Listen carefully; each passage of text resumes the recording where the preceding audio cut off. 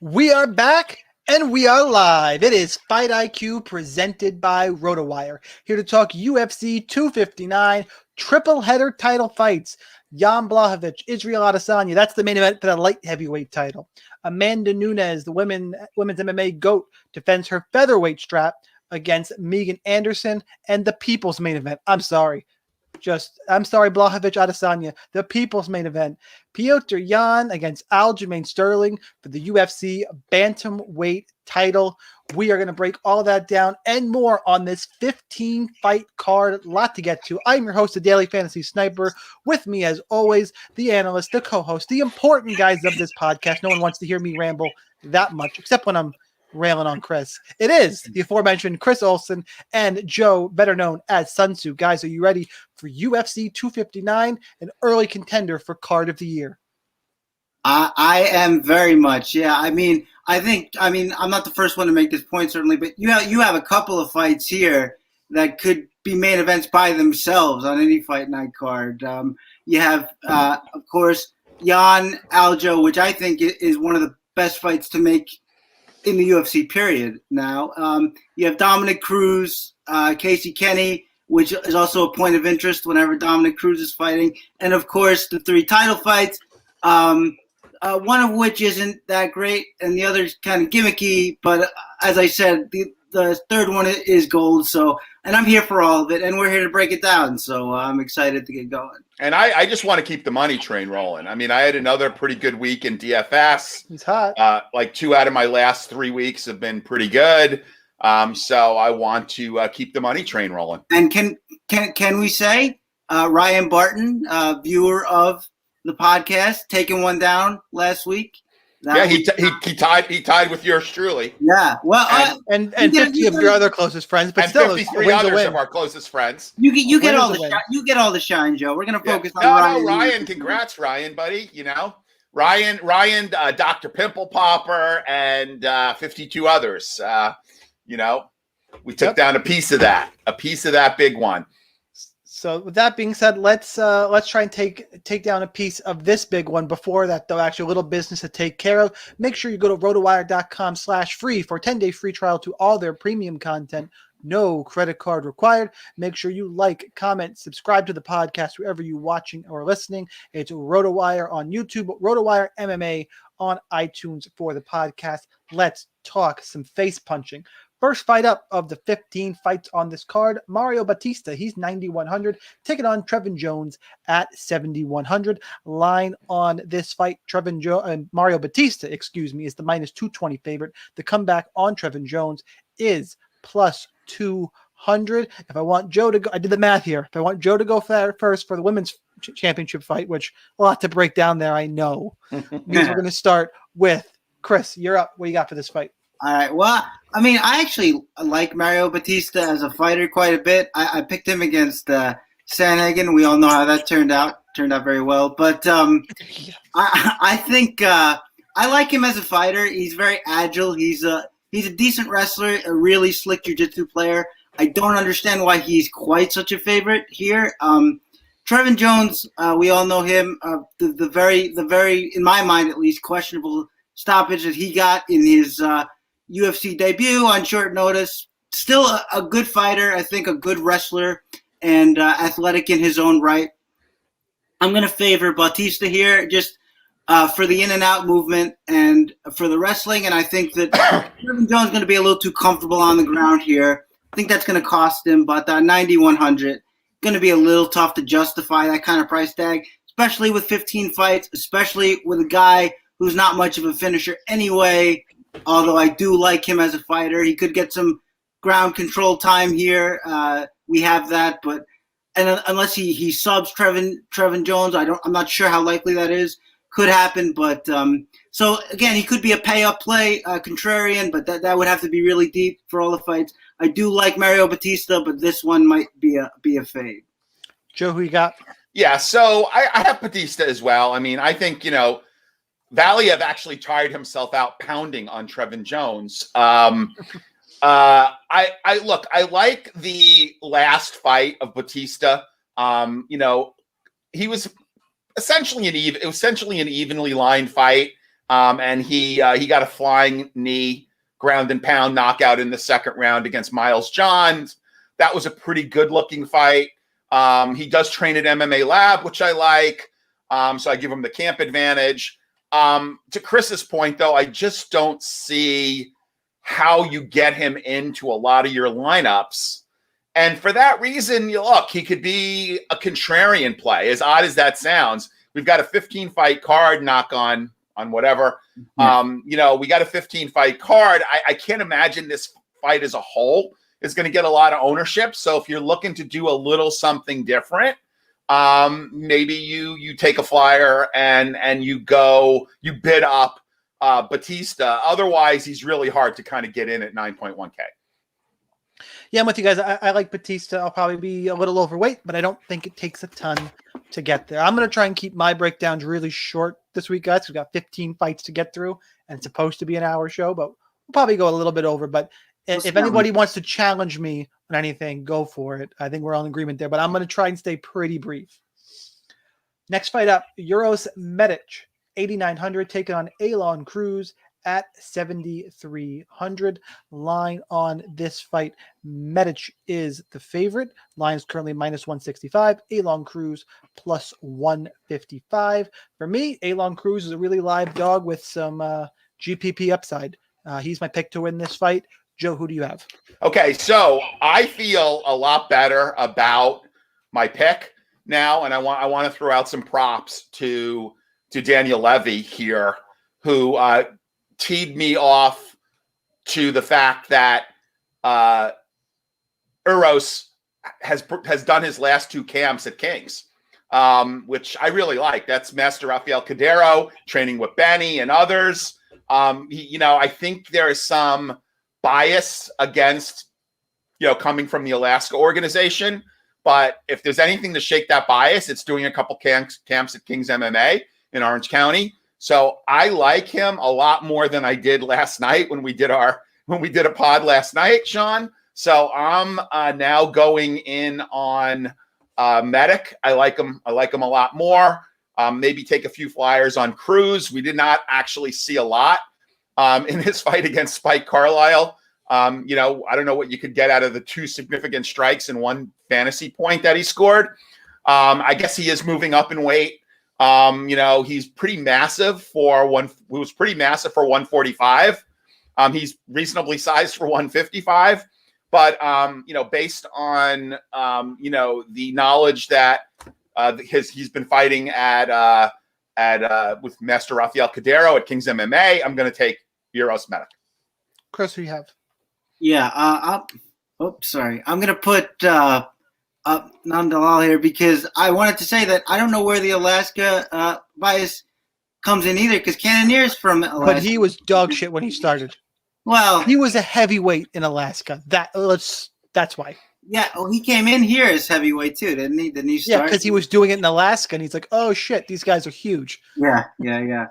But yeah, I actually agree, Shaun. Hopefully, we don't make a habit of this, but I agree with you about Aalon Cruz. I think that if they run that Spike Carlisle fight back, it could go very differently. I think a couple of strikes he did land seemed very significant, as odd as that sounds. But the one thing that bothers me about Cruz here is he tends to back himself into the cage. He did that in the Spike Carlisle fight, and I think Medić has got some good kicks here and some good aggressiveness for pressure, I think could hurt. But I agree that Cruz is a live dog, and I like him. I think this fight probably ends inside the distance, so I think it's one to target either way. I'm going to go with Medić here just because I think that, yielding the space to Medić, if you're Cruz, is not a good idea. But, yeah, as you said, Shaun, live dog, but the pick is Medić. All right, next fight up, we got Amanda Lemos, 8,700, taking on Lívia Souza at 7,500. Line on this fight, Lemos is minus 215. Souza is plus 195. This is actually a sneaky fight for me to target. I like this one a little bit. Both girls are aggressive, throw a lot. I think there could be some takedowns here. And to me, Souza has kind of been exposed as not that great, and I think Lemos has got sneaky upside in a fight that I think most people are just going to skip over. I think it's going to be a really under-owned fight, so could be shooting myself in the foot here. I like Amanda Lemos quite a bit. Chris? Yeah, I said we weren't going to make a habit of this. I'm going to try to watch this going forward, but I kind of agree, Shaun. I could have swore you were going to take Souza. Damn. Yeah, it does seem like a fight where because I like sneaky grapplers with some upside, but Lemos I think probably has a grappling edge, but I think more importantly going to have the physicality edge here. I think that Lemos is just going to be stronger. We saw Souza controlled a lot in previous fights. I just think, the frames are going to be Lemos just going to have the bigger frame, but also I think it's just going to be stronger. I think that she can get a lot of takedowns in control time. I think that Souza is good enough to not get subbed, but I think that could lead to a lot of control time takedowns and potentially a lot of points. So, and I do think Lemos has some power for this division too. So we can't discount that. Lívia Souza is very tough. I don't think she gets finished here, but it is a consideration. But my pick is Amanda Lemos. Joe? Yeah, so I'm going to have to complete the trifecta here.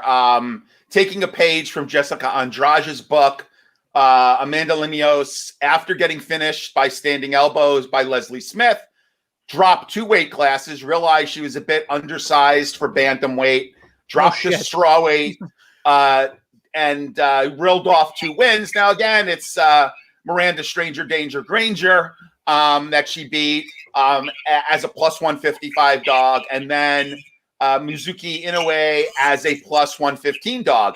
So in her 3 UFC fights to date, Lemos has never been a favorite. So she's got in a new role here as a favorite. Makes me a little nervous. Again, Souza is credentialed in Invicta, was the strawweight champion in Invicta, came over, has been so-so in the UFC. I think this is going to be a surprisingly close fight. Again, I do think Lemos will have a little bit of size and strength on Souza, not a ton, but I'm going to pick Lemos. I don't know how much of this fight I want. I am likely going to be under ownership on this fight, but give me Lemos. All right, next fight up, let's talk Shaun Brady, 9,300, taking on Jake Matthews at 6,900. A line on this fight, Shaun Brady's minus 215. The comeback on Jake Matthews is plus 195. 2 really similar guys. I think the consensus is that wherever this fight goes, Brady's just a little bit better. I don't think it's by a ton, but I do pick Shaun Brady. Joe, taking the dog here. I know Jake Matthews is one of your favorite dogs fighting out of look, Matthews does not fight that well out of Australia. And again, I got it. You guys could cover your ears because I say it every time we come to a Jake Matthews part fight. of my intro. Yeah, he needs to stop training out of his garage with his dad as his coach. 26 years old, has already had both hips shaved. Took a little time off. Look, he's a good, solid, well-rounded fighter. I just honestly believe he needs a better camp and he needs better training partners. Sean Bradley, one of the best back tattoos in the UFC, kind of training in a semi-hot camp in Philadelphia. Gracie, one of the Gracies. There's Dawkins and others at that camp. I think Paul Felder actually started his career there. Look, I don't know that the line should be this wide, and I think there are probably at least 2 better plays in the 9K range. But I have to give the edge to Brady here. The other thing with Matthews is he does tend to gas out, and he does tend to get very discouraged when things don't go his way. So take that for what it's worth. Give me Brady here. Chris? Yeah, I'm taking Brady too. I just think that, I think Brady kind of gets hurt in this matchup because he's a slick striker, but we have the 0.4 on the significant strikes instead. And I don't think that Shaun Brady's a good wrestler too, but I don't think that he'll be able to take down Jake Matthews. A lot of the ground exchanges in that Matthews Rocco Martin fight were initiated by Jake Matthews. So I think this probably stays standing unless Jake Matthews wants to wrestle, which he might feel like he has to if he starts getting overwhelmed on the feet. I think that's a mistake, though. It would be a mistake for sure, but it might be, he might be forced into it. I mean, Sean Brady, we've seen how good his guillotine is and what kind of squeeze he has. Rocco Martin, I think that was a technical submission, right, on Jake Matthews in that fight. So we know it's possible. So that can definitely happen. I like Jake Matthews. I think his striking has come along. I think he's better, a more comfortable striker now, better at pressuring. But I just think that Brady's going to have, as you said, Shaun, advantages everywhere. I think the faster guy, the more diverse striker, probably not the better pure wrestler. So I'll amend that a little bit, but the better jiu-jitsu. And so I think this is Sean Brady's fight. I'll have some of him just because I think he's an impressive guy, and I think he can sort of get a lot of things done. I think he's going to be, I think he might be a really good point scorer for DK when it all shakes out. But I'm going Brady, but I would caution a little bit that he might underwhelm with the scoring in this particular matchup. All right, next fight up, Carlos Ulberg, 9,000 taking on Kennedy Nzechukwu at 7,200. Ulberg is the favorite. The line is currently at -245. Nzechukwu is +225. Chris, you get to start us off in what I've described as the proverbial turd in the punch bowl on this whole card because it's two guys who are not good. Ulberg, by the way, has got like no pro fights, and he's in the UFC because he trains with Israel Adesanya. And Kennedy Nzechukwu is a freak athlete who's super green too. So who the hell knows what's going to happen here? Chris, take your best guess. Yeah, 3-0. I was trying to think. Besides like a gimmick fight like CM Punk or something. I was wondering when a guy who's had less fights has made his debut here. I don't know if anybody has the answer to that question, but suffice to say that this is not very good. And I think this is maybe a sneaky one to just wash out and go to a decision here. The answer is Mickey Gall, by the way. Oh, it's part of the CM Punk fiasco. Right, yeah. But he's a legit fighter, so it's Mickey Gall. Sure.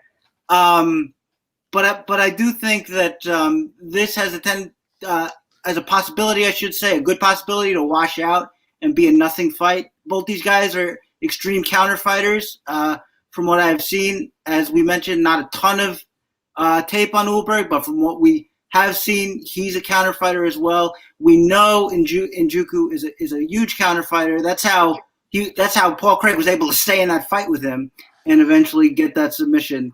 So both these guys have a lot of power. They don't throw a lot, so inactive. So I'm gonna be maybe dangerously underweight to this fight, just for a little bit of edge, and it might burn me. But I think it goes to decision. As far as a pick, because I guess I got to pick someone. I guess I'm going with Nzechukwu here, just because he has 14 fights and the other guy has 3. And one of those fights lasted about a minute on the Contender Series. It was about 2 minutes. But Nzechukwu has some cage time. He's hard to hit. I haven't really seen him get rocked cleanly, and he does have power. So I'm going to take him here and just sort of roll the dice on that, but on the experience. But yeah, this is a sneaky overplay, in my opinion. I pretty much agree, Joe. My one thing is I do think Ulberg is much more likely to finish and end up on the optimal somehow, trip his way ass backwards on there. So I'm on the Ulberg side, but pretty much agree with the breakdown. How about you? I'm going to take Kennedy Nzechukwu. I'm going to give him the benefit of the doubt, having taken a year and a half off, that he got better training at Fortis. Freakish athlete, 83-inch reach, 6'5". At least, fighting, he's an MMA fighter against a glorified kickboxer who took out a middleweight on the Dana White Contender Series. He's going to be massive. I definitely see him as a sneaky GPP play. And I'm looking at it the other way than Chris. I'm looking at him as a sneaky finish possibility here, and maybe taking a flyer on him at a relatively low ownership and at a really attractive DK price to get a finish. So I'm going to pick Kennedy Nzechukwu for that reason, and I'm going to play him to finish. All right, next fight up. Tim Elliott, 8,200, taking on Jordan Espinosa at 8,000. Line on this fight is, it's been close the whole week, but it's close even more now. It's Tim Elliott minus 107. Jordan Espinosa, you got a little bit of juice there as well. He's minus 103. Really kind of a weird fight. Tim Elliott seems to, have improved under James Krause, which, is kind of doing the same thing he did for Derek Minner and calming his ass down. Does that result in Joe's not going to get him a win here? And it's still going to score well for DFS because your more control is not as good for us on DraftKings. True. And Tim Elliott typically scores a lot of his points by being really active on the ground with advances, not so much with control time. Look, they should build a statue or a monument to James Krause if Elliott wins this fight and wins it impressively. I'm not at all impressed by Espinosa. I'm not really sure, what the buzz is around him. He hasn't really impressed me that much. I think, Elliott has clearly fought better competition, is clearly better from a skills perspective. He needed the camp change. He was bonus hunting, living in Vegas, going out with Gina Mazzani. He pretty much said he was a one-round bonus fighter. So going to train with James Krause at Glory MMA, it paid immediate dividends. Let's see what happens here, but I have to go with Tim Elliott. Chris? So I actually do like Jordan Espinosa as kind of a prospect. I know he's been very underwhelming so far. In this matchup, I just love his speed. He's going to be so much better than Tim Elliott. It is the case that we've seen Jordan Espinosa sub twice now, but both those guys are way better athletes than Tim Elliott, who's just kind of janky and is going to stand in front. I think that he can obviously lose that way, but his takedown defense inside the octagon has actually been pretty good. I think it's around 80 or 90%, which you wouldn't expect from a guy who's been taken down and sub twice. But I just can't trust Tim Elliott to.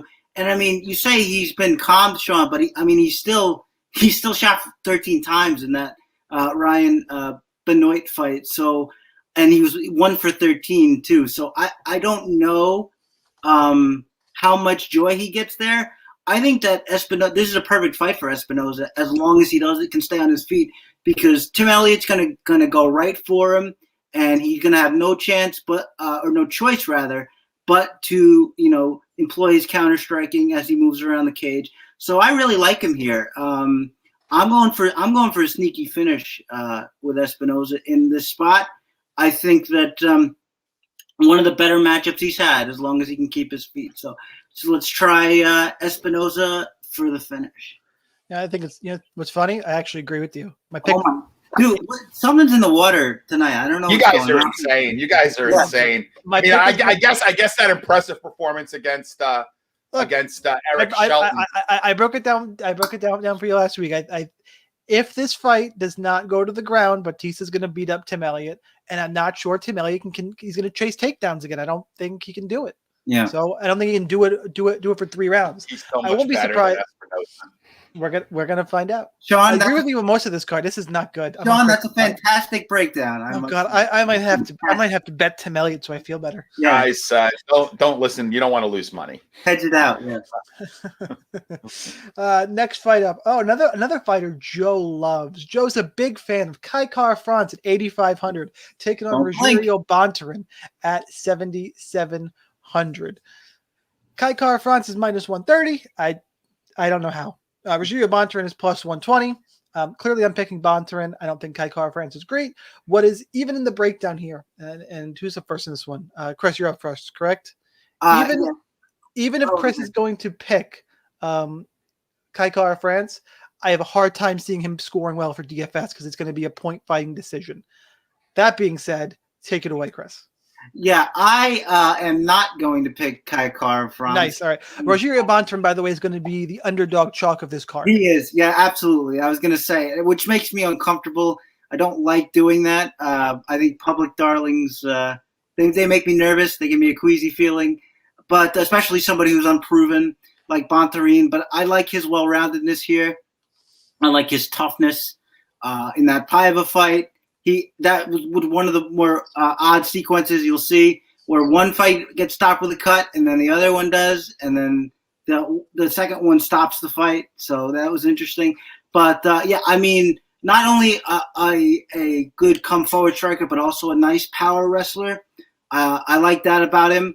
I think that I think he hits pretty hard too. As I said, little bit leery about taking the public chalk here, but I have to go with Bontorin here. I think his upside is really good for a dog in this spot, and so the pick is Bontorin.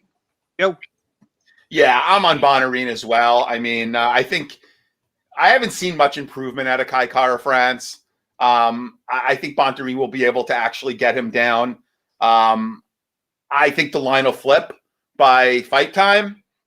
So, if you're going to bet him, you probably should have bet him already. But yep. Give me Bontorin. Done and done.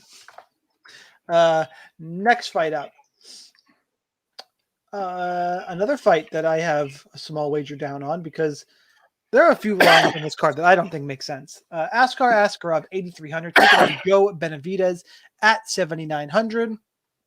The line on this fight, like I said, which I don't think makes a lot of sense, is Askarov is the favorite now at minus 125 to come back on Joe B, the winner in life, who was married Megan Olivey, just so I can steal the thunder from Joe.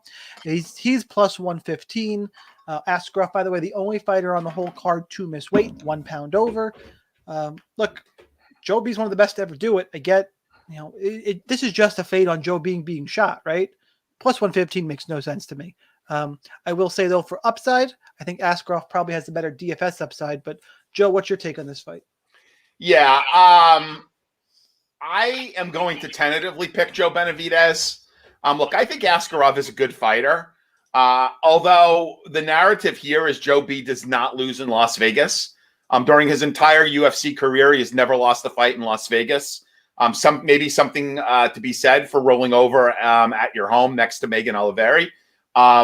So give me Joe B here as a slight dog. Obviously, he is more experienced, very comfortable fighting in Vegas. Have not seen a lot of diminished skill sets in his game. Look, I think if he loses, he probably leaves his glove in the ring. Maybe if he wins, he leaves his gloves in the octagon. So give me Joe B here at home. Chris. Yeah, well, Joe Benavidez can come talk to me. I'll tell him about losing in Las Vegas. But I think I'm going with Joe B too. And if the narrative is that he's shot, then I don't quite understand it. I mean, his losses were to not only a guy who's never lost, or who not never lost, but isn't really in the habit of losing in the octagon so far, in Deiveson Figueiredo, the current flyweight champion, but also a tough matchup for him in general with the frame and the length and Benavidez darting in and out. But I think I like him here because Askarov, look, if he can't wrestle and get this fight to the ground, I don't know how he survives on the feet here with that darting in and out style, which I think would play really well here against sort of a more stationary. I mean, he's gotten better. He's a little more agile, but definitely not as agile as someone like Benavidez. And I think Benavidez is really tough to take down, especially in the latter part of his career here. So I just really doubt that he'll be able to take down Joe and control him. And if he can't do that, I don't really see him winning. So I'm taking Joe Benavidez here. And, if Askarov can't get this fight to the ground, it could get really bad for him. We saw him almost get knocked out by Brandon Moreno. So, who knows what level of success Joe B here. I think he's kind of a sneakier play because I think this is a fight that, especially on his side, most people won't look at. But I like Benavidez here, and maybe he pulls off something special. All right. Actually, Joe, you're up for this fight. Where'd you go already? I already went. Yeah, you did. Sorry. I was looking at my notes, and I already flipped to the next fight. Sorry. All right, next fight up. Song Yadong, 8,800. Take it on Kyler Phillips at 7,400. The line on this fight, Kyler Phillips is the underdog. He's plus 142. Song Yadong, the favorite, minus 152. It's interesting here that Phillips is, I think, got more weapons. He's got grappling. He's got volume. Song Yadong, the big power counter striker. Chris, how you have it going? Yeah, kind of flipped on this fight later in the week. I think that I was initially on Song here just because of the slick boxing and the power. But, you know, you have to remember that the fight that he got a draw on, which probably should have been a loss, the Cody Stamann fight, he was able to be taken down pretty regularly here. And Kyler Phillips is a really complete fighter. I think, really impressed with him, especially as I went back and watched more tape. Very agile, slick boxer. Varies up his targets, really mixes in the wrestling well, is a good control grappler, and, unless he walks onto something here, gets caught, which he could do. I actually like Phillips more and more here and liked him more throughout the week, and I think that's where I'm going to land. So my pick is the dog in Phillips here. Yeah, we agree again, but I think Phillips is going to be a pretty popular dog. I like the grappling based here. Volume for a decision, just don't get knocked out. I think he wins. Joe, who do you have? Yeah, I mean, I am leaning my pick is Phillips as well. I mean, look, granted, he hasn't fought the most impressive of opposition. You could say that at least one of his wins was against the downright bad fighter who had a very suspect record, but he's won. He's won his 2 UFC fights. Yadong is tough. If this fight was in China, I would definitely be on Yadong, and that's not me being racist. It's just the guy happens to fight. Chinese fighters tend to fight much, much better at home than they do on the road. Could be any number of reasons for that. But I'm going to take Phillips here as a live dog. I think he's going to be fairly popular on DraftKings. He's definitely got, 12, 13x upside here. So give me Phillips. All right, next fight up, let's talk about Dominick Cruz, 8,100. Take it on Casey Kenny, also at 8,100. It's the mid-range fight on DraftKings, and Casey Kenny has moved to be a favorite, minus 135. Come back on Cruz is plus 125. Look, again, this line is just fading Dominick Cruz, and I get he's old, his body's falling apart.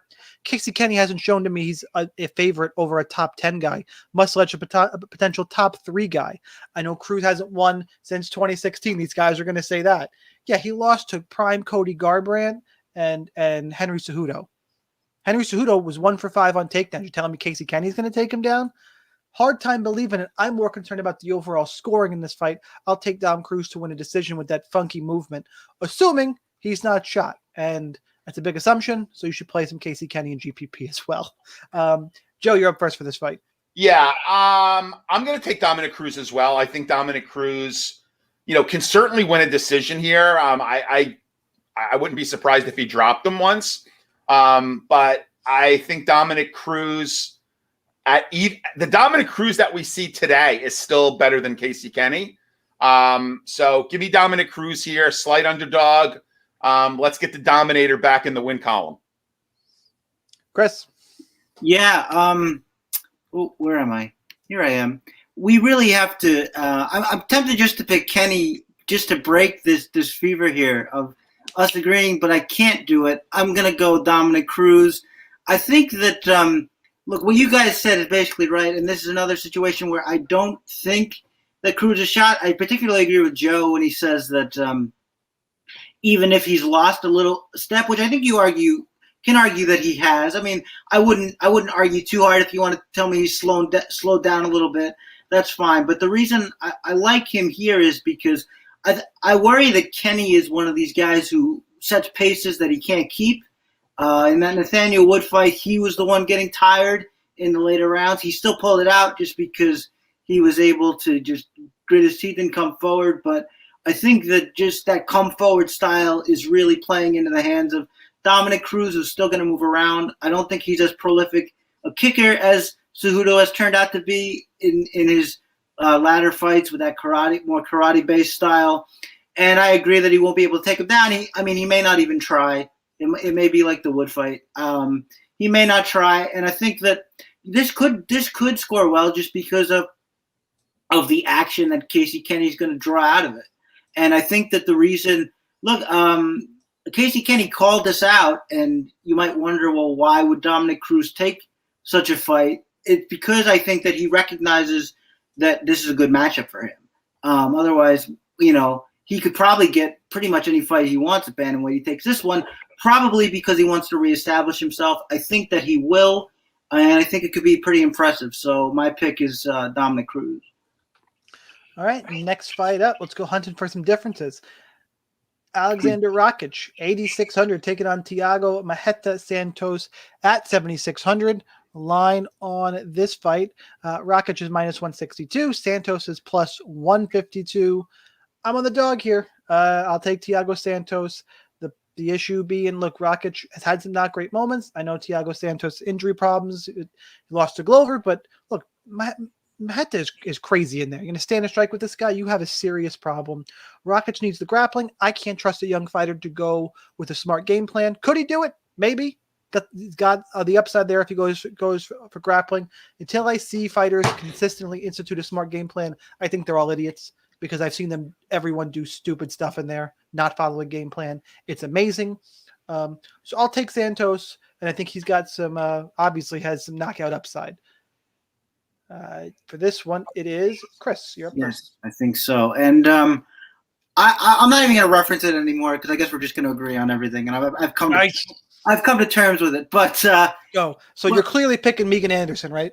Oh yeah. I mean, that's the obvious pick. But I do think that, look, if you were worried that Thiago Santos was going to have lost a step after all those injuries, it really didn't look like it. He ended up losing the fight, but he hurt Glover on multiple occasions. Glover, by the way, has become the Terminator in recent years. Glover do what Glover do. He loses consciousness and then wins. It's really absurd. He has no business winning these fights. He wins all of them.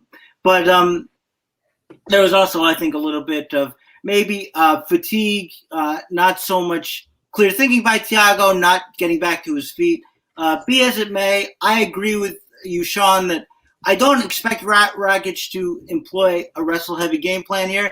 He may, but you have to remember, they did spend a lot of time on the ground in that Anthony Smith fight. Anthony Smith initiated most of that. And some of it was him pulling Rakic on top of him, going for takedowns, literally. So I don't trust him to get or employ that game plan. It also needs to be said that Thiago Santos is not a bad defensive wrestler. I think Glover's offensive wrestling is pretty underrated, particularly his single leg. He's really good at it. But I think Thiago's as dangerous as ever, and Rakic can get backed up. We saw that in the Anthony Smith fight for the precious minute that Smith was on his feet. This can go either way. Thiago Santos is forever a glass cannon, although we have seen some measured fights out of him. The Jan fight in particular. But, I'm going Santos here. Have a lot of this, because this one is almost certainly not going to go the distance. But my pick is Santos. Joe, who you got?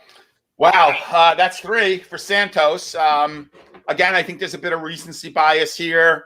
Obviously, Santos was coming off of a long layoff due to serious injuries in the John Jones fight, which he lost by a split decision. I will take the paratrooper here in Thiago and Santos. I've seen Rakic exhibit some low fight IQ moments. He's been able to recover from them. I don't know that he will be able to recover from them here. I do see this as predominantly a GPP fight, so you probably want to have shares of both sides. But I think Santos is live here, so give me Santos. All right, next fight up, Islam Makhachev, 9,400, taking on Drew Dober at 6,800. Makhachev minus 385, Dober plus 345, and I sigh because I'm a Drew Dober fan. He's made me a ton of money. Not here, though. Not here. Makhachev is the closest thing we have to Khabib Nurmagomedov. He knows he can't strike with Drew Dober. If he tries to, by the way, it's not a full fade on Dober. If he tries to strike with Drew Dober will knock him unconscious. That's what I think of Drew Dober striking. I do trust Islam Makhachev to go for takedowns, close the distance, and just smother him.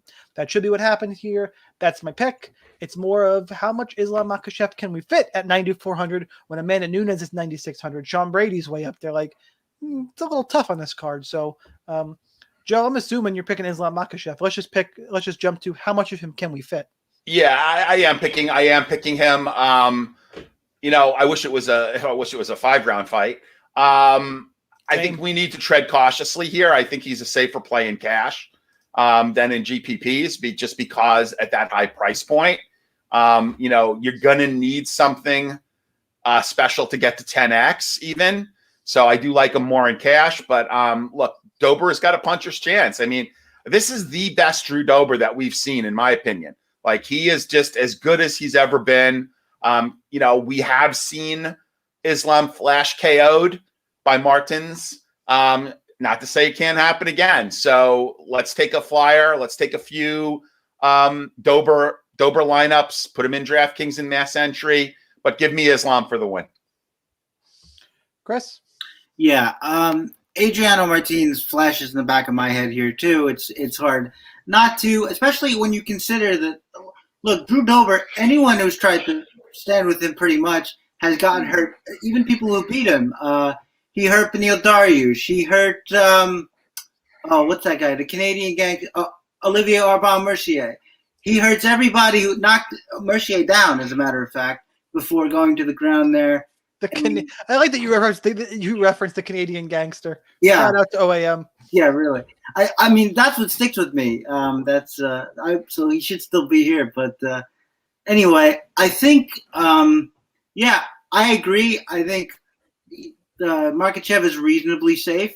I think that what we have seen in the scoring is a lot of these guys, like Ramazan Ameev, these blanket wrestlers who get some takedowns and get a lot of top control. They initially, under the old scoring system, were not desirable, and now they're at least cash plays because of what they can rack up. And I think a submission is possible. We've certainly seen it before, but I'm going to have to be my boring old self again, as I generally am, and just say that I agree with the consensus here, which is have some shares of Dober and also tread a little bit lightly on Makhachev. We have to remember there's 15 fights, and we know that I would say it's unlikely to finish, even though it could. But my pick is Makhachev. All right, you guys ready? Buckle in. Here we go. People's main event for the bantamweight title. The champion, Petr Yan, 8,400, taking on the challenger, Aljamain Sterling, at 7,800. Line on this fight, Petr Yan is still the favorite, minus 115. I think the line might actually flip. Aljamain Sterling is plus 105. I'm going to do my little rail to begin here because I think that, to my mind, my crown, my bantamweight title, Aljamain Sterling is the champion. Aljamain Sterling, Corey Sandhagen was for the bantamweight title in my mind, period. How the bleep Petr Yan gets a shot against Jose Aldo is crazy. Look, Petr Yan, UFC smart business. Great fighter, not disputing that. But has anybody had a more padded road to a UFC championship than this guy? He beats Jose Aldo, different weight class. His best win is Jimmy Rivera. Like, that's a good win, but look who, Aljo's beaten. I'm much more impressed with that strength of schedule. The UFC wanted Petr Yan as the champion. Period. End of story. They wanted a Russian champ. Now that rail is done, Petr Yan is the champ, and he's dangerous. He's the better boxer in this fight. That's all he is to me. Aljo's got better movement. We know what the grappling can do. He's got more paths to win. You heard Aljo John at Petr Yan during weigh-ins. Can hit where you can't see. So, his game plan is going to be moving around. I don't know how much Petr Yan can get done. And it's not like he's some high-volume striker. I think Petr Yan is kind of KO or bust here. In the Jimmy Rivera fight, he got outlanded by Rivera like 75 to 55-ish. He won the fight because he knocked down Rivera twice at the end of those rounds. Like, it was a close fight. And Jimmy Rivera won pretty much. I think he won the majority of the fight, but Jan deservedly got the decision because he had the much bigger moments with the knockdowns. So that being said, I got Sterling has got more passive victory. He's got grappling upside. Petr Yan, if he wins a striking-based decision, like he manages to keep it in his range and boxing range, I don't think that's a lock for the optimal even at 8,000 on a 5 or at what's his price? Sorry, at 8,400 on a 15-fight card. That might not be enough a 5-round striking decision. So give me Aljamain Sterling. I think either way he's a better DFS play. The one thing is though, as I've listened to other people since doing my research, what I just said is not unique. I think most of the DFS world is on Aljamain Sterling, and you can get some leverage on Petr Yan if you do like him to finish this fight. So Sterling's the pick for me. Chris, start us off. Yeah, I agree with a lot of what you said, but I will not tolerate Aldo slander on this show. So I think we'll take it, and you will accept that he's 45 years old. No, you know what? He is the king of the featherweight. You say the king of Rio. You're the host. I can't hang up on you. Damn well, yeah. No, I am. I will change your title to Jose Aldo lover. I have the power to do it. So I think that I agree with most of what you said, and I agree too. Unfortunately, that I think that Aljo is going to be the popular play here. I think the reason why Petr Yan is sort of dangerous to pick on DraftKings in a 3-round fight is he's definitely a fighter who picks up as he goes. He turns it on in the second, third round. I mean, he had a lot of competitive first rounds, and Jimmy Rivera was winning that would have won that fight if not for 2 knockdowns, I think, in the final minute of each of those second and third rounds. So, very interesting stuff. John Dotson knocked him down. I think the problem with him, he's a very clever boxer, crafty. He's got some power, but he stands in the pocket and he walks on the shots. And I think that could be an issue here with a 4-inch reach disadvantage and the movement, as Shaun said. The grappling is going to be interesting because Petr Yan doesn't get taken down very easily, but we've seen that Aljo is really good at control grappling. Cody Sandhagen is not a good takedown defender, but he is a great scrambler. He wasn't against Aljo. Aljo locked him down, subbed him. If he can get to the ground here, I think he can do a similar thing to Yan. I agree that the leverage is probably on Yan. I just don't know how much he's going to score. I don't know how much time he's going to have to really work himself into this fight and overwhelm Aljo. So I'm taking Aljo. It's a fascinating fight. I'm going to enjoy it as a fan. I think that, the DK scoring is a little questionable, especially if Aljo can't get to the ground, but that is the pick. Joe? Yeah, a number of people who I respect like and are supporting Aljamain Sterling. I've been going back and forth on this fight. Obviously, there is an incredible amount of DraftKings line value in Sterling at his price point, and he's going to be extremely popular and very high owned. So I will have a representative share of him. I still think that my lean is towards Yan winning the fight, though. And I will have shares of him as well. But I understand the love for Aljo. I understand the reason to play him, especially in cash because of the line value. I've heard people are stacking this fight in both cash and GPPs. I do not like this fight as a stack. But other than that, I think it's a good fight to target. I am going to take Petr Yan. All right. I don't think it's not that big of a hot take, even though I'm picking Sterling. It's not crazy. All right. Next fight up. Co-main event. Amanda Nunes, 9,600, minus 5 million favorite. Oh, no, I should get to use the actual number. Pretty much. Minus 1,000. Taking on Megan Anderson at 6,600 and her paltry plus 700 line. Joe, women's MMA whisperer, the chick whisperer. Joe, we need your expertise, please. Yeah, I'm dying to know how this one goes. Yeah. The idea is, are we going to get the bonus, the 25-point bonus for this fight? I recently played a free pool in DraftKings Sportsbook where I had to pick, how Amanda Nunes was going to win, and I'm picking her to win by submission here. Look, this is a bad matchup for Megan. I know we don't like to look at MMA math, but I think it's highly relevant in this case. Felicia Spencer is just hands above better than Megan Anderson. Dominated Megan Anderson. Did go the distance with Amanda Nunes. I wish she didn't, because that might have taken some years off her fight life. Holly Holm took down Megan Anderson, 4 times? And Holly Holm had never wrestled before that fight. So the path to victory is clear here. Yes, could Megan catch Amanda Nunes with something? I suppose she could. But if Amanda Nunes is smart, while both fighters are dry, she'll go in, she'll take her down, she'll go to half guard, she'll go to full guard, and she'll either win by ground and pound, or Megan will more likely give up her back, and Amanda will sink the choke in. How much can you fit of her at 9,600? I think with there are a lot of viable dogs here. I think you can literally play 100 lineups and have Amanda Nunes in every lineup. Ooh, buddy. I think you can. You could. I'm insight to my ownership kind of.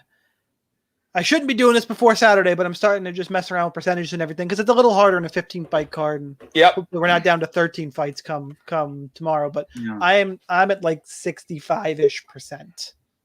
So it's hard to get 100. It's really hard because it just is. So anyway, Chris, who you got? Yeah, I think this is one where you should try to get as much. I really think this could be like a 115 to 125 kind of spot, especially with 5 rounds. And I do think that the grappling comes into play here, because the last time that Amanda Nunes had to deal with a reach disadvantage against Germaine de Randamie, that's what she did. I think this fight this fight could be interesting for about 5 seconds with the frame of Megan Anderson, to see how Amanda Nunes negotiates that. But once this fight gets to the ground, and I do think it will, it's going to be academic. I mean, not only were the takedowns of Holly Holm terrible, she basically just ran forwards until Megan Anderson lost her balance. But I mean, Holly Holm mounting you, pinning you for an arm triangle, that doesn't happen. That might be the first time she's even attempted a submission, or at least that's as far as she's gotten. Maybe she surprised herself, and then it happened again with Felicia Spencer, but much more smoothly, because Spencer's an actual grappler. So I mean, she'll have James Krause in her corner too. There are limits to even his power. I don't think he can will her to this win here. I don't really see. I mean, unless Amanda Nunes somehow doesn't take this down, which I doubt. I think Amanda Nunes is just going to want to get this done. I don't think she's going to want to mess around here. And I think she's going to get it done in style. She's going to get a lot of takedowns and top control points, and then she's going to sub her out. I agree with Joe. So the pick is Amanda Nunes, and I'm going to get in as much as I can, even with the high price point here. All right, next fight up. It is our final fight. It is the main event. It is Israel Adesanya at 9,200, taking on Jan Blachowicz at 7,000. Line of this fight: Israel Adesanya weighed in at 200 pounds flat, minus 230. Take on Jan Blachowicz at plus 210, who weighed in at 205. And just, if you haven't seen the picture, it's the Polish Hammer was out today. Holy God, it was Conor McGregor like. Anyway. I had to reference it. It's a thing, man. Jan Blachowicz, I made the joke that Devin Clark didn't tap out from the choke. He tapped out because he felt a snake on his back. It's a thing, man. Anyway, and you know what? Israel Adesanya, I think, is about to feel the Polish hammer. I mean, the Polish power of Jan Blachowicz. As we get closer to this fight, I think my official pick is Israel Adesanya. The more I think about it today, I'm getting closer to taking Jan Blachowicz. I'm getting closer. I do think the most likely path here, the most likely outcome is an Adesanya decision. But here's the thing. Even though I'm picking Adesanya to win, Blachowicz is the better DFS play by a lot. At Adesanya at 9,200, I think if Adesanya wins, it's that Yoel Romero fight all over again where he scores like shit. So that's my pick for what to happen here. Jan Blachowicz, live dog.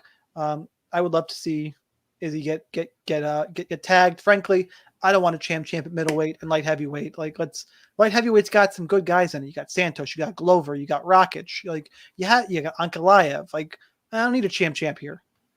Like, I just don't. So part of me is rooting for Jan, but my pick is Adesanya. Either way, Jan's a better DFS play. Chris, it sounds like this is the first time you're going dog where I am not. No. I thought you were going dog, so I was excited about it. Well, we disagree on some minutiae. Okay. Thank God. Yeah. Thank God. I think that first of all, I made the joke that I think that this is going to be a tactical thing for Adesanya, where he could get Jan on his front foot and then Jan will just tip over, because that's it'll just go right over. But I actually think that this could be a good score for Izzy, just because, look, Jan Blachowicz did not learn his lesson from the Thiago Santos fight. He still does that thing where he just puts his chin up and rushes forward with strikes.